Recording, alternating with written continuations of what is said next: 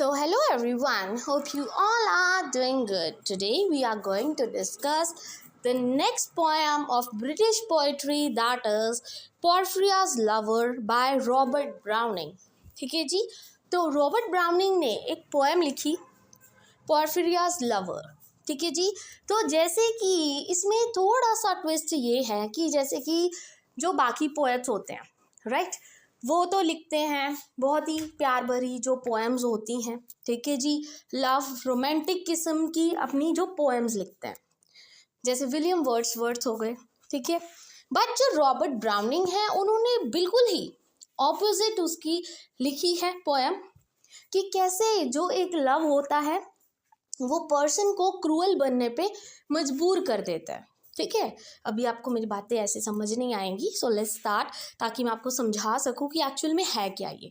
ठीक है, this poem is a dramatic monologue, और 10 मार्क्स में ये क्वेश्चन आता है that what is dramatic monologue, और पोर्फिरियाज लवर में आपको कैसे लगता है कि ये एक ड्रामेटिक मोनोलॉग है. वो 10 मार्क्स का अलग से मैं आपको क्वेश्चन ज़रूर रिवाइज करवाऊंगी. ठीक है, but before that you should know that this is a dramatic monologue. Dramatic monologue क्या होता है? जब वो एक स्पीकर है जो अपनी फीलिंग्स को इस पोएम के थ्रू बता रहा है, खुद अपनी इनर फीलिंग्स को जाहिर कर रहा है, उसको हम बोलते हैं dramatic monologue.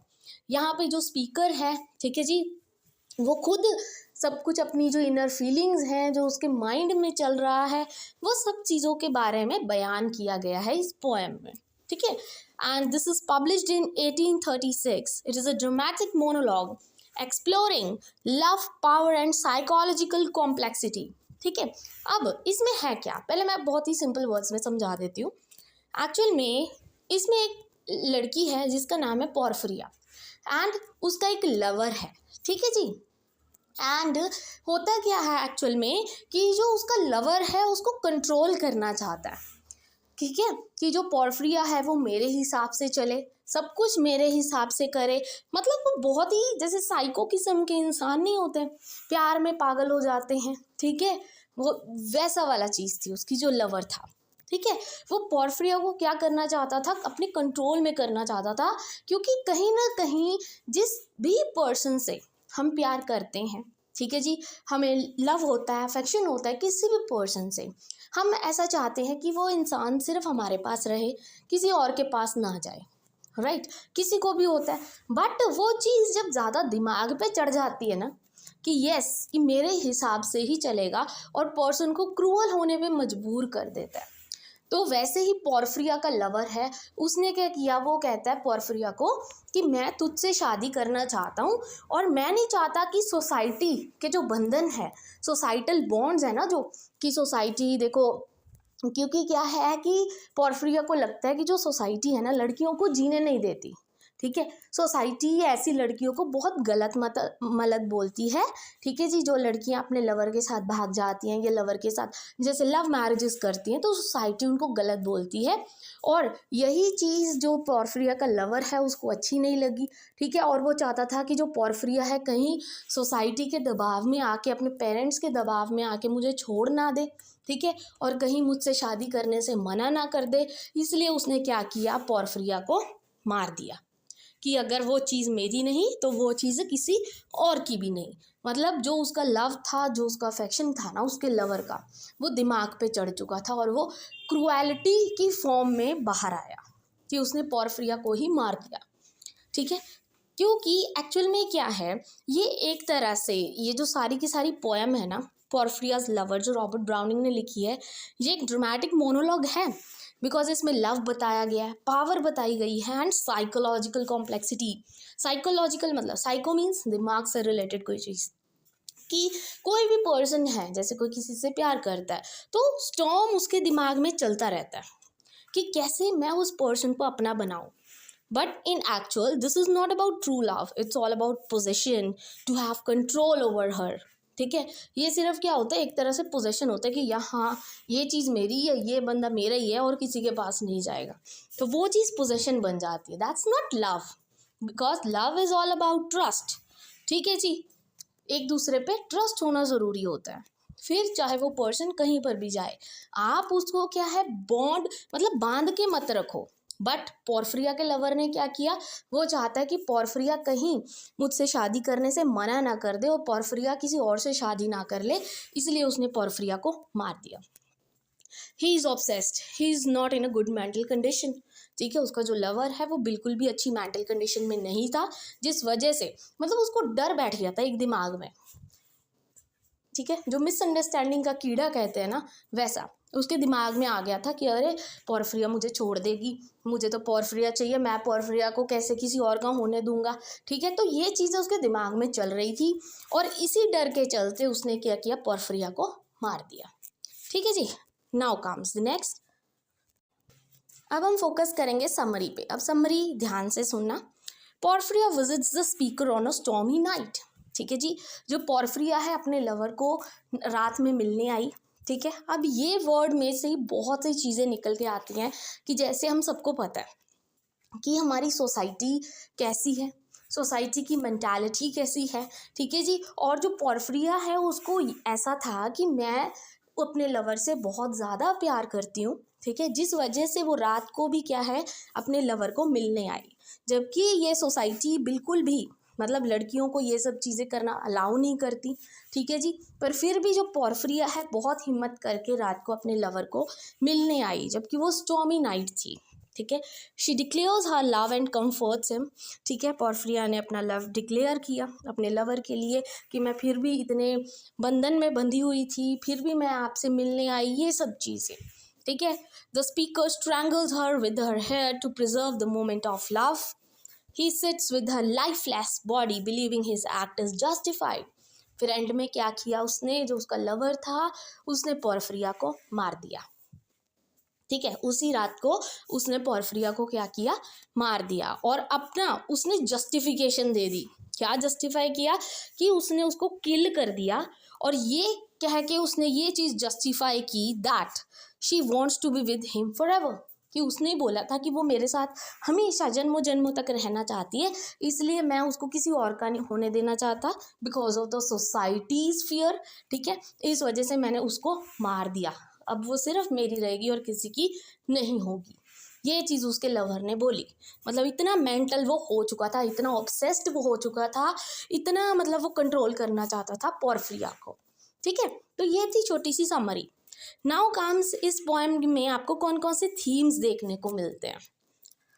So the first theme is obsession and control.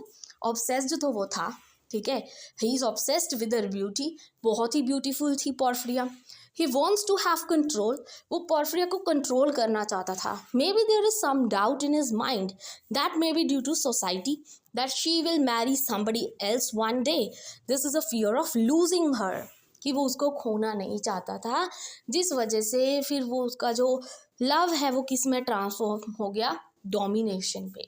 वो उसको कंट्रोल करने लग गया एंड फाइनली उसने जाके क्या किया, पोर्फिरिया को मार दिया ताकि सिर्फ वो मेरी रहे और किसी की ना हो। मतलब इतना उसके दिमाग में ये चढ़ चुकी थी, ये मिसअंडरस्टैंडिंग हो चुकी थी कि शायद पोर्फिरिया सोसाइटी के जो फियर है ना उस चक्कर में आके मुझे छोड़ देगी।